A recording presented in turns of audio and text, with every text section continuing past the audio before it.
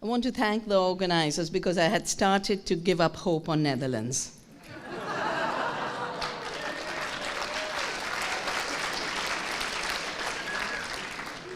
You know, the 80s used to be so vibrant. My first ever soil conference that I attended was in Amsterdam. Inspiring, exciting. Jose Lutzenberg, who became the Environment Minister of Brazil, was there. And the earlier organization out of which etc. was born, it used to be called RAFI, the Rural Advancement Fund International. And then kind of the ecology movement went into hibernation a little bit, at least for those of us who live far away.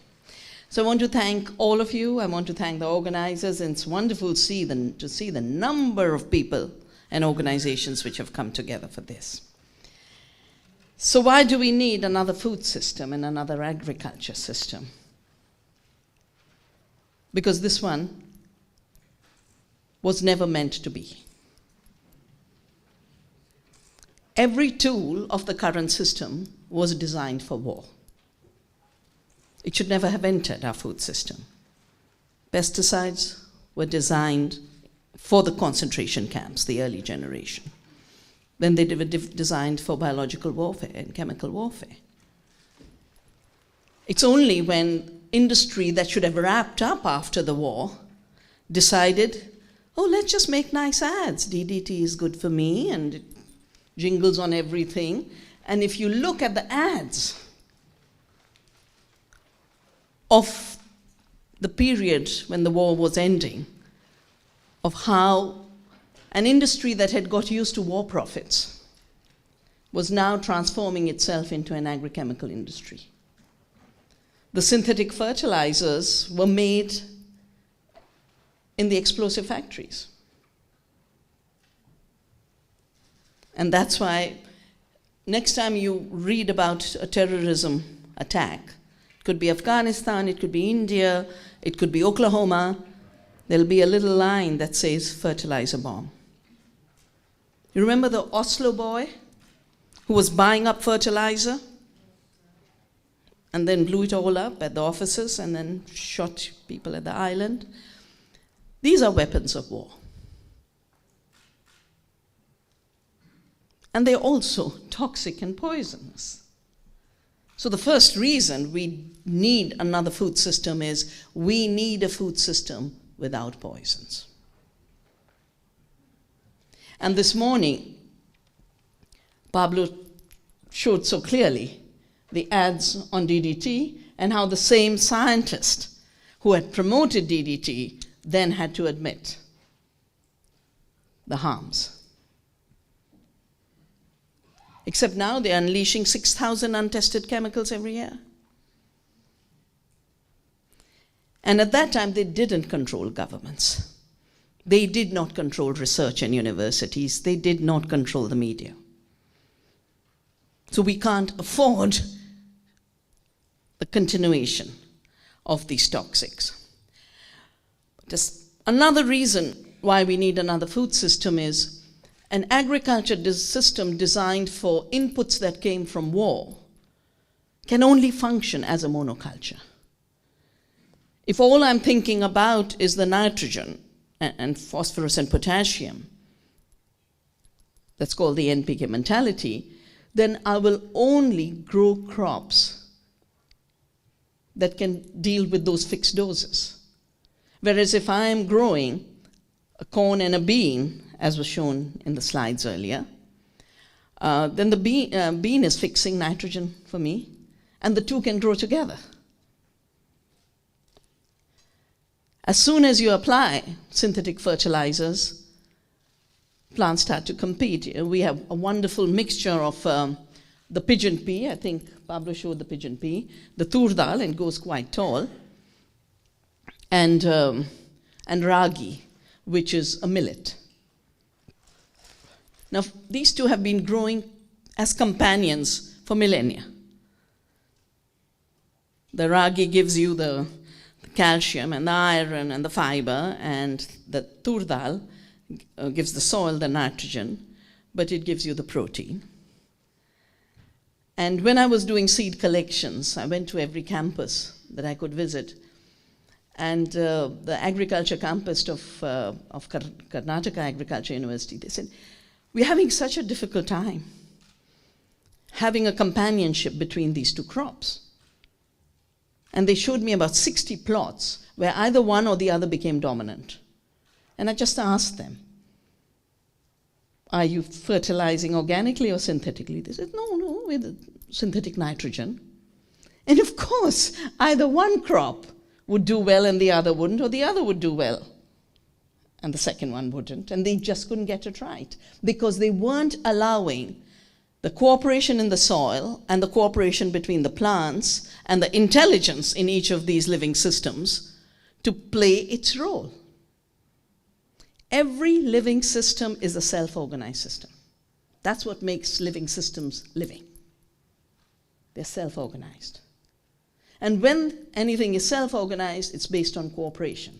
Like the amazing people who cooked your dinner, 800 people. That needs huge cooperation.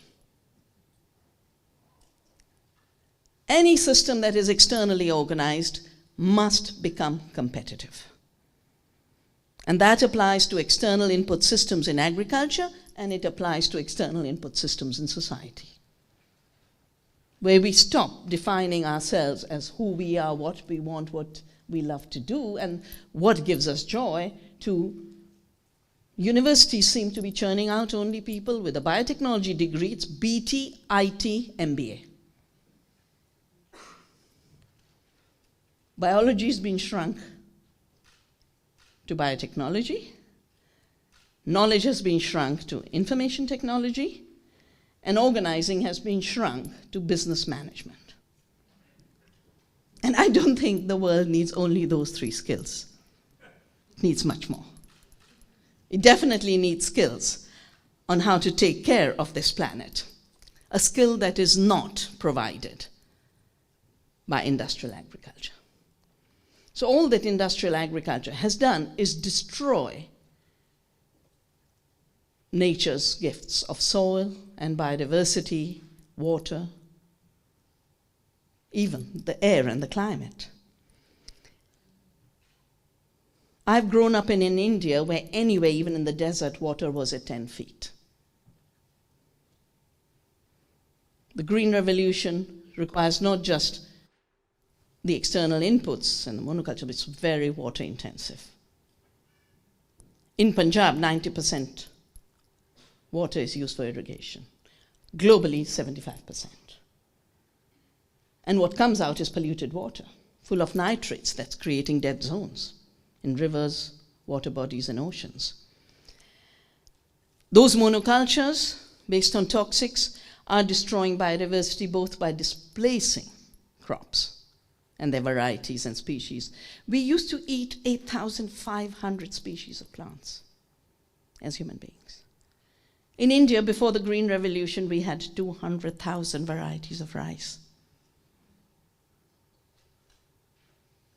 1,500 varieties of mangoes, beans. I remember Howard did collections of wheat, and he took I think 1,500 varieties of wheat to what became the Cambridge Seed Bank, which was then privatized to Lever, which was then privatized to Monsanto. That's where they picked up the gluten-free wheat and then patented it, and we had to fight that patent case. It came from the Indian collections. In 1995, the FAO organized the Plant Genetic Resources Conference in Leipzig, and the assessment then was 75% biodiversity has disappeared in agriculture because of chemical monocultures and the introduction of varieties designed just for chemical response. My guess is it's by now 90%, because at that time, Argentina hadn't been destroyed, Brazilian Amazon hadn't been chopped down large scale for soya cultivation, the Midwest of US wasn't a monoculture of GM soya and GM corn. So my guess is about 90% crop biodiversity is gone.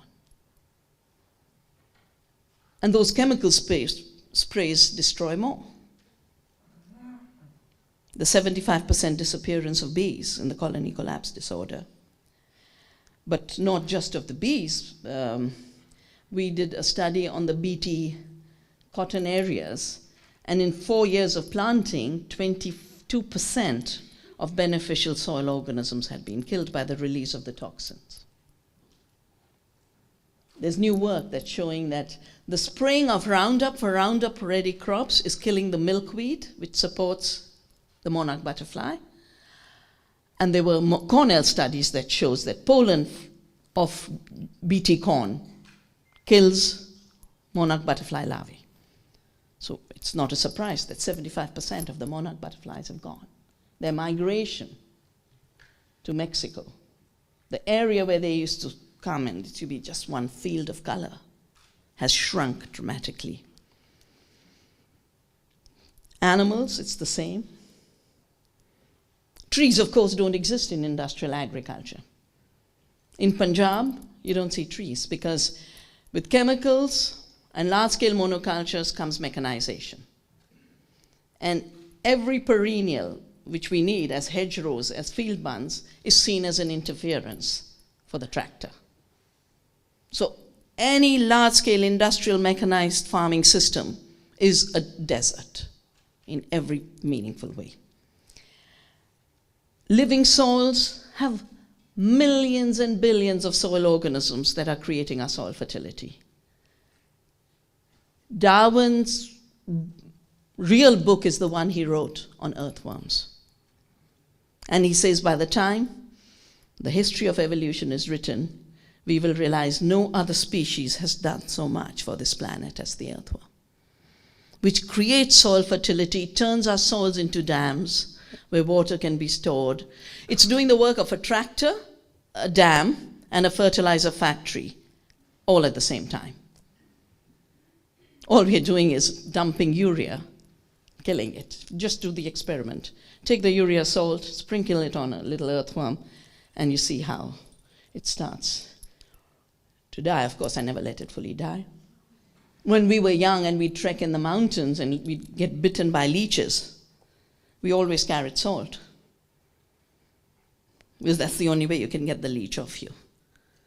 Well, all of these synthetic fertilizers are salts. And we do these tests in our lab, where chemical soils and organic soils are compared. Our farmers bring their soils, and then they come back 2-3 years in a row to see how the health of the soil is improving. But my assessment is 75% of the soils of the world have been deprived of their organic matter, their living humus, their soil organisms. They've been compacted, and of course, because they're not being able to aggregate, it's leading to soil erosion, which is why we have a treaty on land degradation and desertification, because it's such a serious problem. And I did a book called Soil Not Oil because in the lead up to the Copenhagen summit, agriculture was not even on the horizon in a serious way in the climate discussions. So I sat and did all the calculations on the basis of the IPCC assessments. And if you add all the figures, the overall contribution of industrial agriculture and globalized trade in industrial agriculture is contributing 40% of the greenhouse gases. That, of course, includes the carbon dioxide emissions from mechanization, long-distance transport, all the food miles, but it also includes the nitrogen oxides that come from synthetic fertilizer. And nitrogen oxide is 300 times more destabilizing for the climate. And the methane from all the factory farms. So, industrial agriculture is 75% of the ecological devastation on the planet. And in spite of destroying 75% of the living systems and the ecosystems, the myth is spread that without industrial farming, the world can't be fed. The figures are now being repeated daily, that 70% of the food in the world is being produced today, 2013, not a century ago, not 50 years ago, but today, 2013, 2014. 70% comes from small farms. And the reason the UN had to declare this year the year of the family farm was because of this figure. That the mainstay of food security is small farms and gardens, urban gardens. 30% is coming from industrial agriculture. And yet that 30% is destroying 75% of the planet.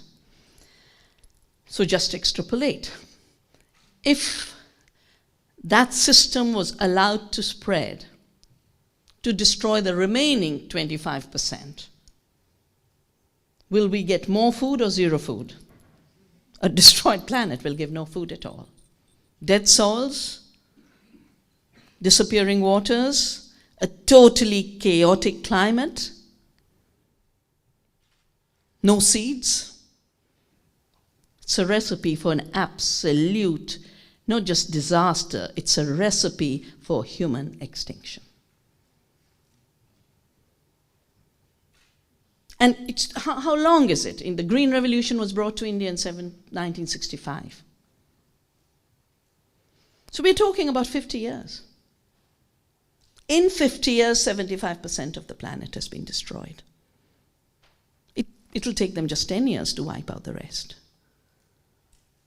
And a lot of other species will go, but the human species will surely get wrapped up. And the reason we need another system is I think we should try and survive into the future as a species. No species has deliberately designed its extinction. But through industrial agriculture, we are. It's in the design of the industrial agriculture system. It's in its design because of the first fact of it destroying the base of farming, ecological systems. It's in the design because it's actually not a very productive and efficient use of natural resources. Just run through a few figures. It's supposed to be more productive, but it uses 10 units of energy to produce 1 unit of food. Whereas ecological systems use 1 unit of food to produce 2 units of food.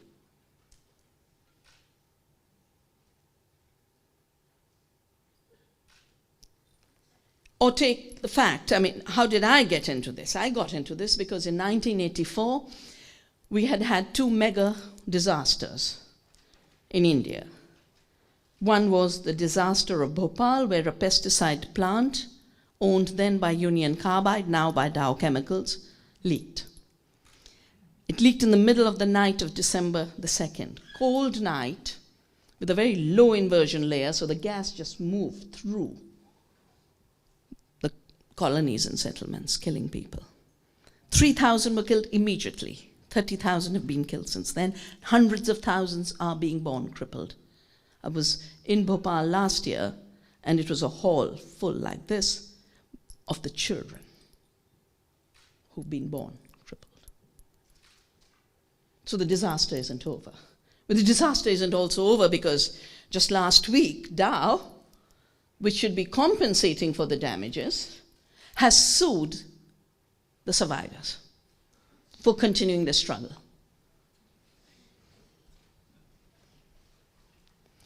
Well, that same year, we had the rise of extremism in Punjab, which is the land of the Green Revolution.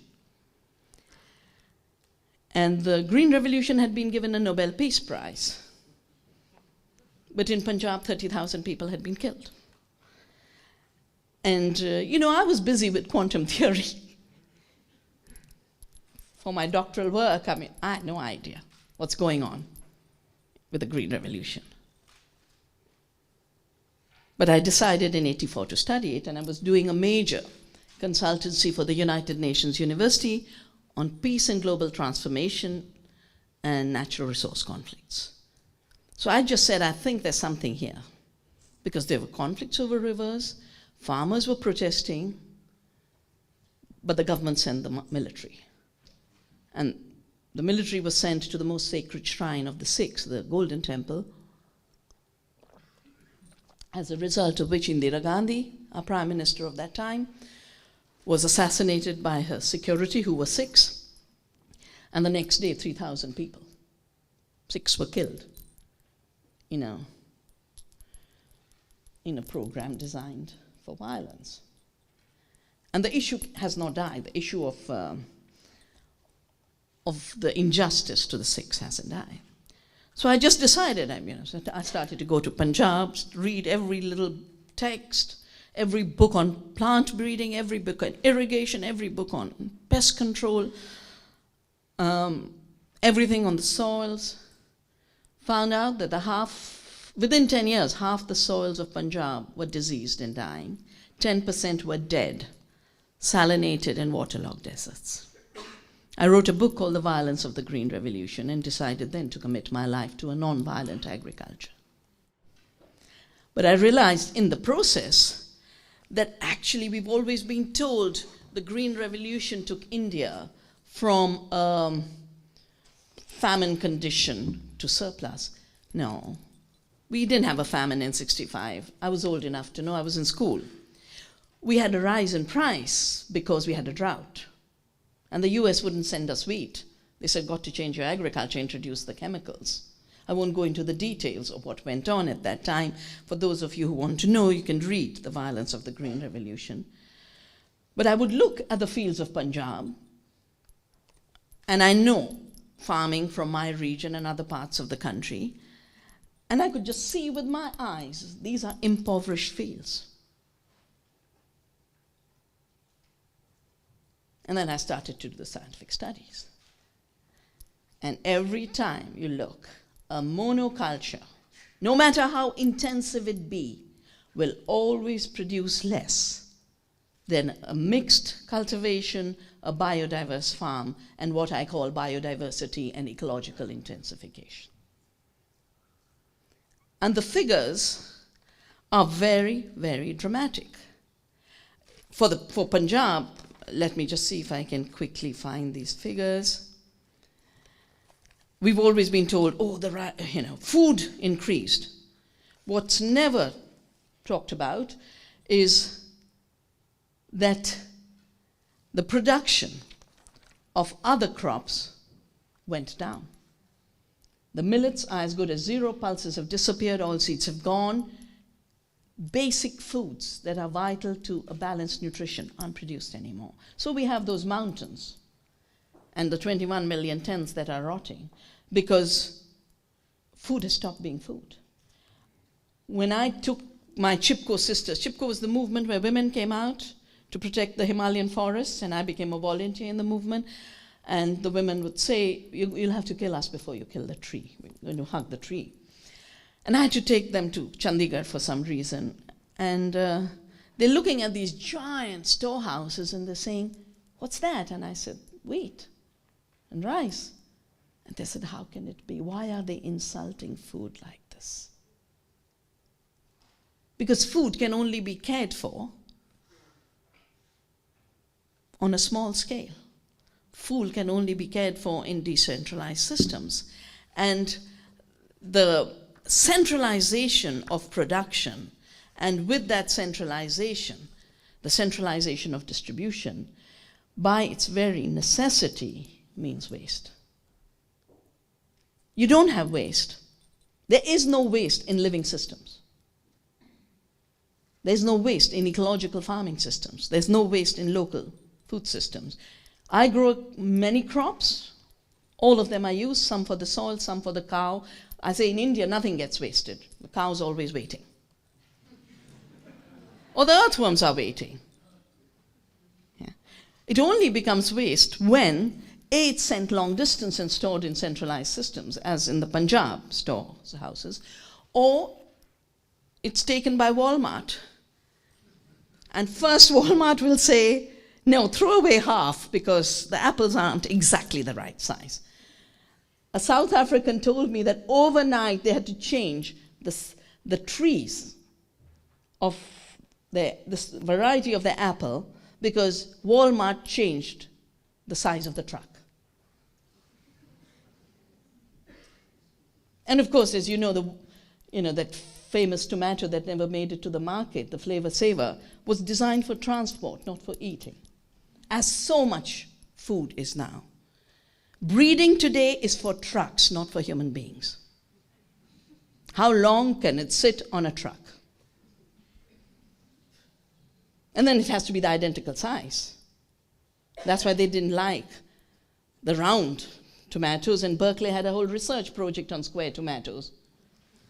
Again, for packaging and transport. I've been told, I read in the Indian newspapers that Wageningen is working on solving the food problem. They've brought the soil or whatever material exists in Mars, and they're actually planning to grow food on Mars. They've got a research project in this university. And our research systems are brilliant at doing what doesn't need to be done and not doing what needs to be done.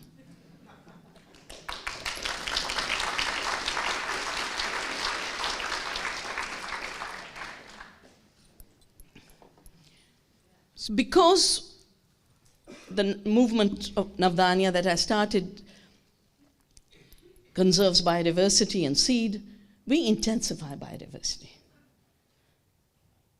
We ask farmers to grow as much variety as they can on the farm, and then eat as much variety as they can. So when people tell me organic is too costly, I say not for the farmer who grew it. And they are the first. They have the first right to organic food. Having done the biodiversity conservation and biodiversity intensification, we decided to start to measure not the monoculture output, which is a yield, the yield per acre, which is repeatedly talked about, but the yield is of a single commodity. And the yield is that which leaves the farm. So the grain or wheat is measured as yield, but not the straw that should stay on the farm. The corn is measured as yield, but not the straw of corn. So what should get recycled to the farm is treated as waste and isn't allowed to return to the soil. In Punjab, this package has meant that the monoculture is then harvested by combine harvesters, and as you know, combine harvesters leave a huge stock, which they then have to burn. And if any of you have tried to come to Delhi in winter and you can't land because of the smog, that's part of the contribution.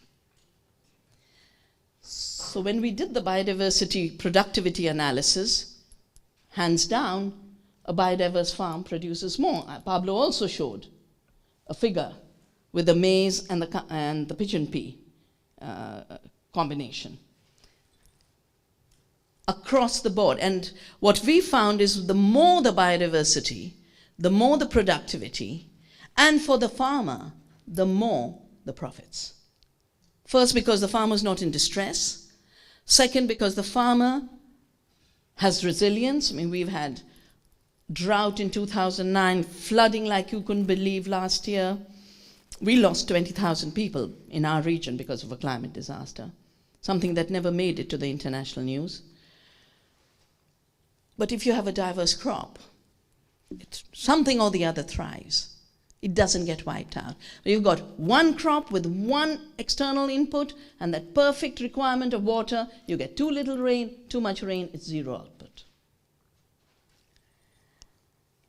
Then we said what matters is not the kilograms of what you're eating, but what's in it, the nutrition. And our food has been systematically denutrified because of the application of just nitrogen, phosphorus, potassium. No other micronutrients and trace elements are going into the soil. Our plants are deprived. Our food is deprived, and therefore we are deprived. And this is just US and UK data in the last 60 years. The decline in calcium content, 29% in US, 19% in Britain. Magnesium, 21%, 35%. potassium 6 and 14, phosphorus 11 and 6, iron 32 and 22. Zinc they weren't even looking at that time, but I meet more and more doctors who tell me zinc deficiency has become the single biggest problem for mental problems. I met a doctor who said 50% of the young people in Australia are depressed. And when they do the brain chemistry, they're finding zinc deficiency. We didn't even imagine. Soils need zinc, plants need zinc, we need zinc. So we started to measure health per acre, which is nutrition per acre. And I won't run through the figures of the different farms because it could take me all night. But a system has been designed to wipe out nutrition. First by wiping out biodiversity, then by depleting the soil of their nutrients and the plants of their nutrients and our food of its nutrients. And the focus is yield, yield, yield of single commodities. So of course there have to be deficiencies. If there are no greens in the field, because fields are now sprayed by Roundup, which kills everything green it comes in contact with, children will have vitamin A deficiency. The solution is grow the greens again. 20,000 units compared to the 350 in the golden rice. And I know there's a fellow who pretends to have been working in Greenpeace in Canada. I got a letter from Greenpeace Canada that he was kicked out because he was a lobbyist for the nuclear energy industry, for the GMO industry, for the tar sands, everything negative. He always was standing in defense of it. And he's pretending he's an ecologist, has to come and wake up the Europeans because you are involved in a crime against humanity by not wanting GMOs. It was a golden rice tour. So I'd done an essay long ago, 2000, when they first started talking about it, because we know the different foods that can provide 100 times more vitamin A. And not just vitamin A, the zinc, the magnesium, the iron, and everything else we need. This last year, because it's all about that child who's going blind and that woman in India who's dying because of iron deficiency. So now they come up with a GMO banana. And you would wonder, okay, does banana have iron? It's got very good potassium. It's very good for when you have loosies. But it's not the best source for iron. It has only 0.44 milligrams. The turmeric we use in our Indian food, 67. Compared to 0.44, 67. The neem, 25. Buckwheat is 15. The beautiful tree moringa, which is rich in vitamin A and rich in iron, 28.26. Rice bran, 35. There's no dearth of iron if we allow diversity to flourish on our farms and in our kitchens. But the monoculture of the mind, as I have called it,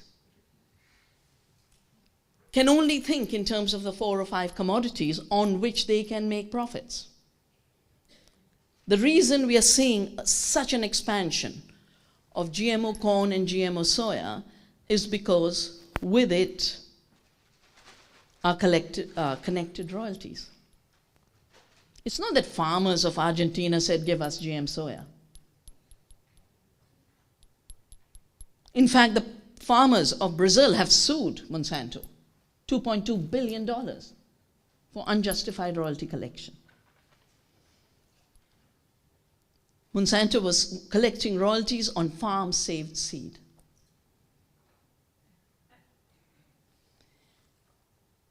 So another reason why we need another food system is we can't afford this blindness to the gift of abundance that nature gives us, the gift of biodiversity.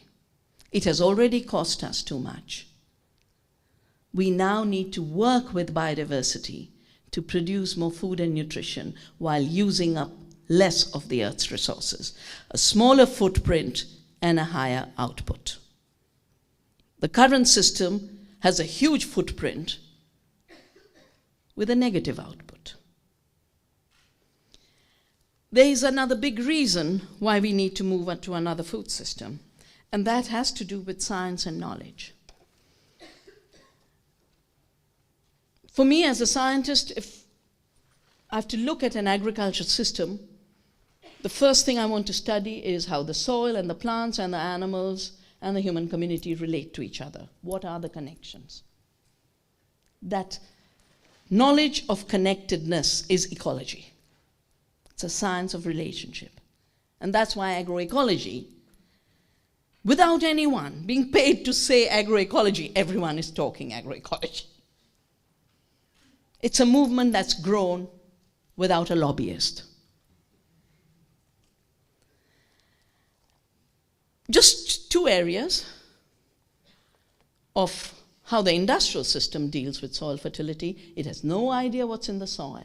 It's got no idea what the soil organisms do. All it knows is, oh, I could make synthetic fertilizers, synthetic nitrogen in explosive factories. Let me now use them somehow or the other without knowing what it does to the living system, which gives you the real fertility. So I call it a science of ignorance. Industrial fertilization is a science of ignorance. In relationship to the living soil, it has zero knowledge. Its science is a chemical knowledge about how to create a chemical. Initially for the war, and now for the farms. Similarly, if I want to understand how pests are controlled,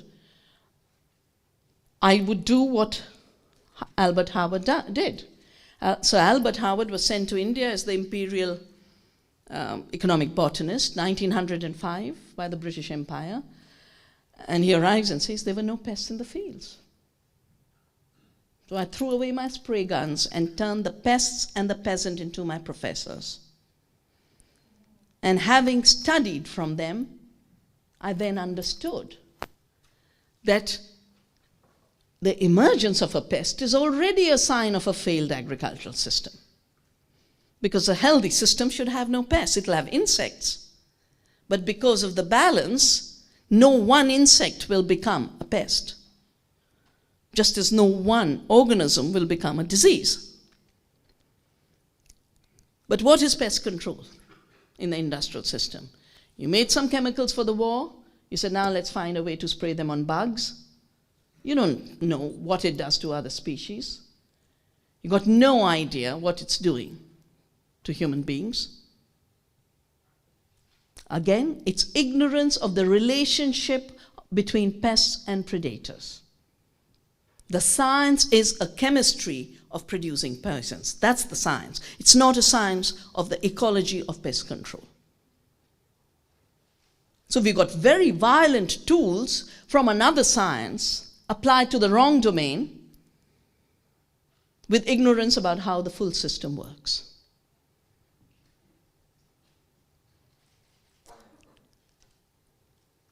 The biotech industry gets mad when I say the reason genetic engineering is not such a good idea is because it's just a stupid way to do things. It's a stupid way to get iron in your food, to do it through GMO bananas. Stupid way to get vitamin A through golden rice. It's stupid to try and control pests by putting toxic genes into plants through Bt toxins. Even more stupid to try and control weeds through herbicide resistance. Already, just in 15 years, half the farms of the United States are overtaken by superweeds. Half. 17 million hectares. So what are they doing now? They're they're engineering genes into corn with resistance to an ingredient of Agent Orange, 2,4-D. And Dow is the big player again. The lobbies have worked with the European Commission to push through the Pioneer 1507, just recently. Pioneer 1507 has been jointly developed by DuPont and Dow. Dow, if you might remember, is the same company responsible for continuing injustice in Bhopal.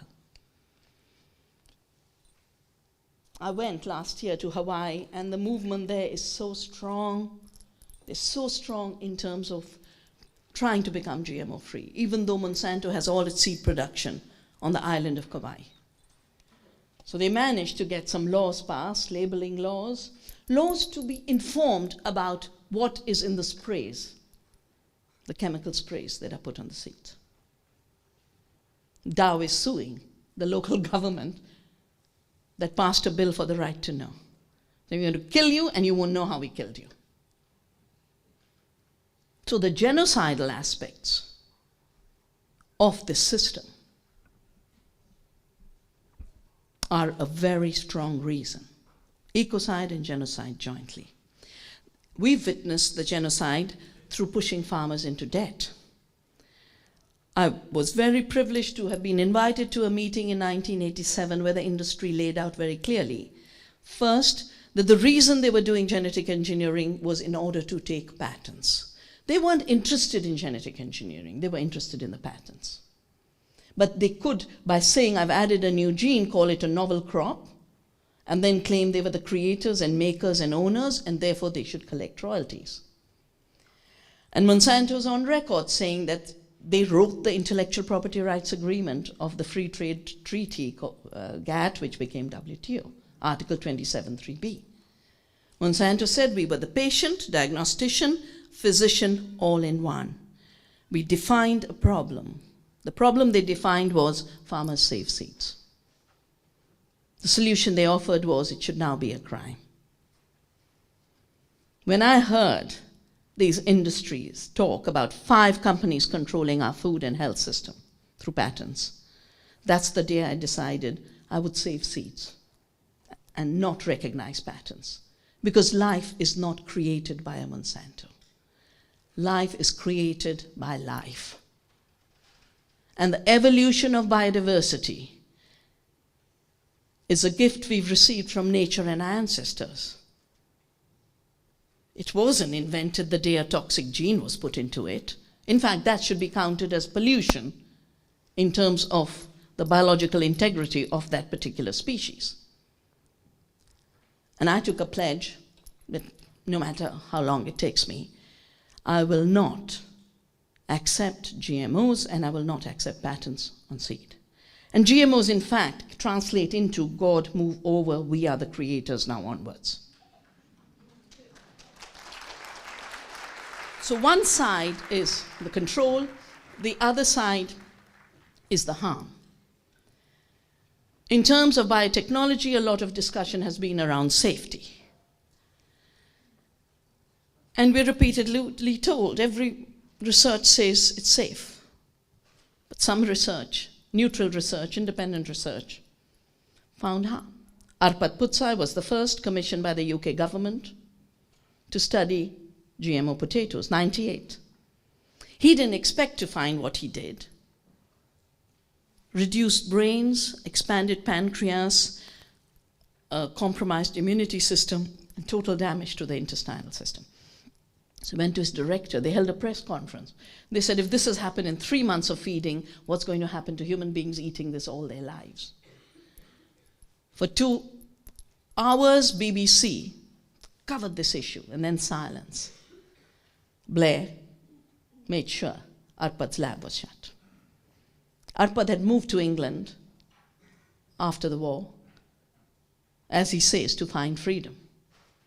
He's gone back to Hungary to find freedom. More recently, Seralini, one of the top scientists of France, decided to do a 2-year study because he was a regulator. And he found the studies that the industry was doing were very, very sloppy. He says, I should know. I should really find out what is happening. And he did this very famous study in the Food and Chemical Toxicology Journal, and it was screened this morning. There's an attempt to have it withdrawn. The journal says, no, this has been peer-reviewed. We can't. It's gone through every scientific assessment. So Monsanto just changes an editor, Goodman, who says, now I retract. I retract the study.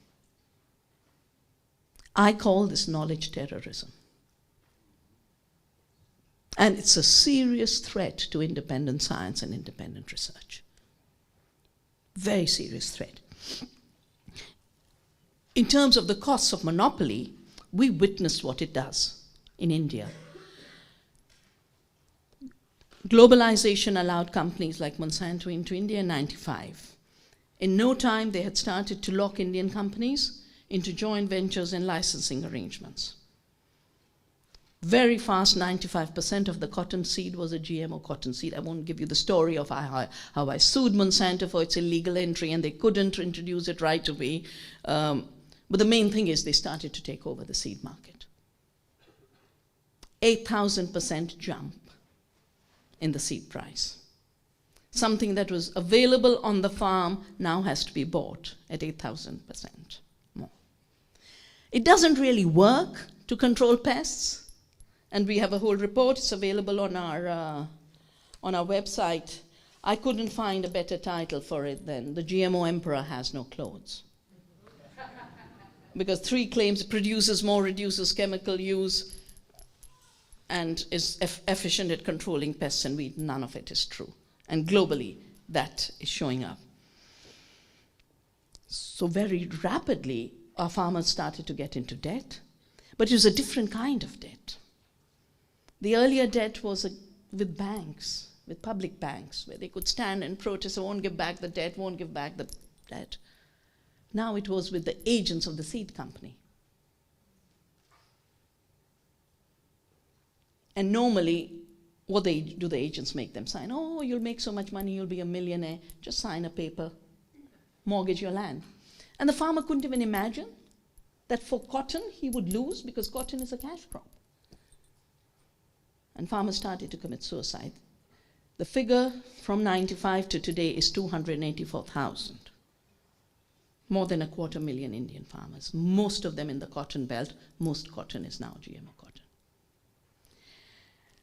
Because in large parts of the world, and in India, we stopped the next crop, the BT eggplant, and most parts of the world, people haven't accepted GMOs. And therefore, this dream of collecting $1 trillion royalty annually from seed sales hasn't worked, but that dream is still there. And that is why Europe got the seed law. Because if you can't push GMO straight, then make local seeds illegal, so that people are forced to buy seeds. First it'll be hybrids, then it'll be GMO. But it's about royalty collection. And I'm very happy, I worked very closely with the parliamentarians, and the movements worked very closely with each other, and both the Environment Committee and the Agriculture Committee sent back that draft. It should never return. Because seed is good only if it's diverse. Seed is good only if it evolves and has resilience. Seed is good only if it has quality and taste and nutrition. Uniformity is a wrong measure for biodiversity. Centralization is a wrong management system for seeds which can only grow according to the soil, the climate. How can Norway, an island in Greece, be imposed with the same standard by one agency in Brussels? Monopolies, centralization, monocultures go hand in hand, and they are the instruments of power. We have to create instruments of democracy, diversity, resilience. And the final reason why we have to replace the old system is because this old system, which really can't last more than another 5 to 10 years, but in those 5 to 10 years, it can only survive by establishing a totalitarian rule. A totalitarianism on our farms, where farmers cannot grow what they want in the way they want it. They're locked into a seed slavery. Pablo had those slides on slavery, and someone asked, are you suggesting a parallel? I suggest a parallel. When I started to fight for seed freedom, it's because I saw a parallel. That time, it was blacks who were captured in Africa and taken to work on the cotton fields of America and the sugarcane fields. Today, it is all of life being enslaved. All of life, all species. We've never had an imperialism across the planet. Never. And of course, the farmers who are committing suicide in Vidarbha are feeling enslaved, are feeling trapped, and find the suicide as the only way out. It's a totalitarian system because of the way knowledge is being managed. Science has been replaced by propaganda.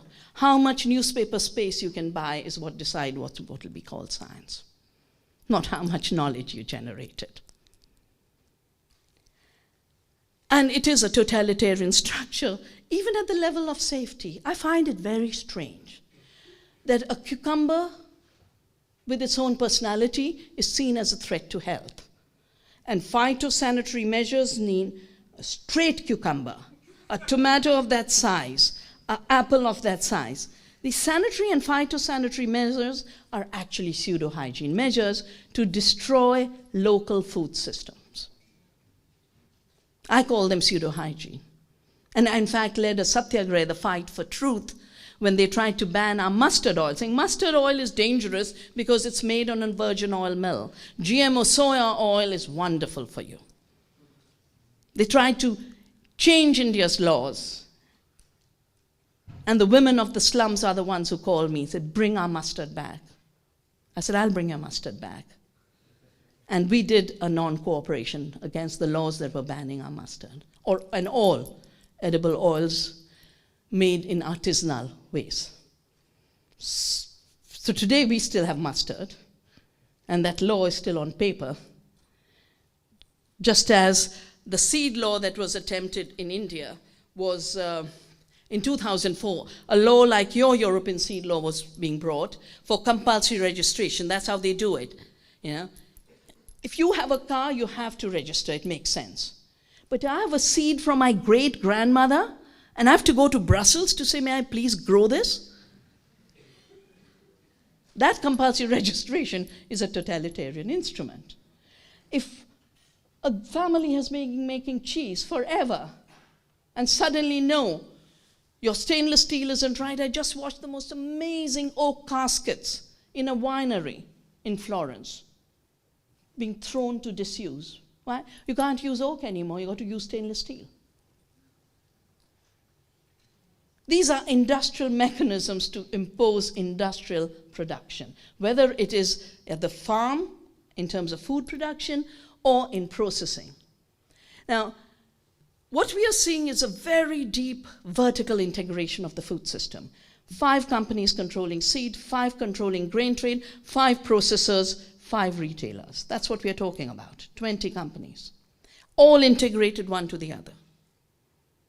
And if you notice in California, when they wanted to have labeling laws, it wasn't just Monsanto who resisted. Coca-Cola and Pepsi-Cola poured money into it because they use the high fructose corn syrup from the GM corn. So they won. And they won in terms of force-feeding bad food to the people. We know the harms that junk food has created, the whole obesity issue that was mentioned earlier.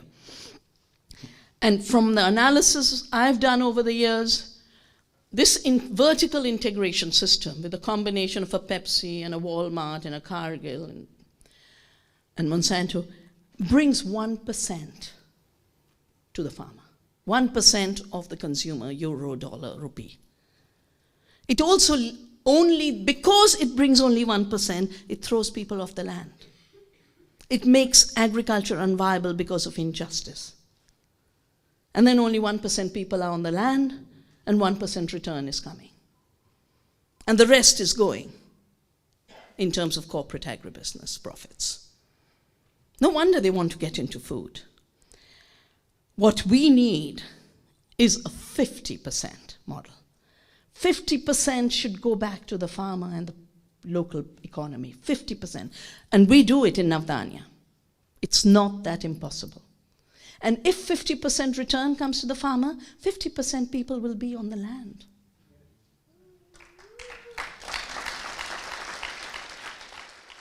In any case, 50% are in the food system, except they're in the necroeconomy part of it. The necroeconomy is the economy of death. So they're making the pesticides, they're spraying the pesticides, they're driving the trucks, they're emitting the carbon dioxide, all the jobs that are killing the planet. You add it up, it's still 50%. We could have 50% in creative work. Creative work with the soil, creative work with the food. I know how excited young people are when they relate directly to food. Yesterday I was served the most amazing dinner before coming here by a young woman who gave up a marketing managing job, and she does raw foods. Delicious.